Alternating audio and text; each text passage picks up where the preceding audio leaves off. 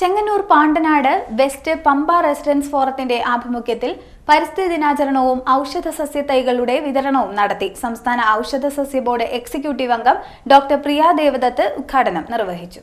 Chengannur Pandanad west Pamba residence ഫോറത്തിന്റെ ആഭിമുഖ്യത്തിൽ പരിസ്ഥിതി ദിനാചരണവും ഔഷധ സസ്യങ്ങളുടെ വിതരണവും നടത്തി. Forum president K R. മോഹൻകുമാറിന്റെ അധ്യക്ഷതയിൽ കൂടിയ യോഗം സംസ്ഥാന ഔഷധ സസ്യ ബോർഡ് എക്സിക്യൂട്ടീവ് അംഗം ഡോക്ടർ പ്രിയ ദേവദത്ത് ഔഷധ സസ്യം നട്ടുകൊണ്ട് ഉദ്ഘാടനം ചെയ്തു.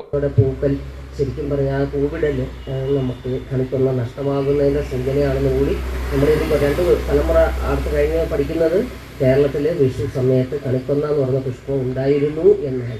ഇതിനകത്ത് തർക്കമില്ല. കാര്യം കണിക്കൊന്ന പൂക്കുന്ന എന്തിനാണ്?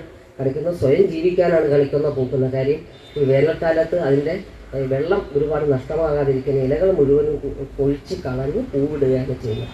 അപ്പോൾ എപ്പോൾ നോക്കിയാലും കണിക്കൊന്നയ്ക്ക് ഇപ്പോൾ ഇല കൊഴിക്കാനേ നേരമുള്ളൂ. കാര്യം അത്ര ചൂട് ആഗോള താപനം കൂടി എന്നുള്ളതിൻ്റെ സൂചനയാണ്. നമുക്ക് മയിലിനെ വലിയ ഇഷ്ടമാണ് അല്ലേ? മയിൽ വല്ലപ്പോഴും ഒക്കെ കണ്ടാൽ നമുക്ക് ഇഷ്ടമാണ്. മറ്റേ നമ്മൾ സൂയിൽ പോകും, തൃശ്ശൂരോ തിരുവനന്തപുരത്തോ നമ്മൾ പോയി കണ്ടിട്ടുണ്ട്. പക്ഷേ ഇപ്പം മയിൽ ധാരാളം വരുന്നു. മയിൽ വരുന്നതിൻ്റെ ഒരു പ്രധാന കാരണം ചൂട് കൂടി എന്നുള്ള സൂചന. കാര്യം ഇത്രയും മയിലൊന്നും ഇല്ല കേരളത്തിൽ.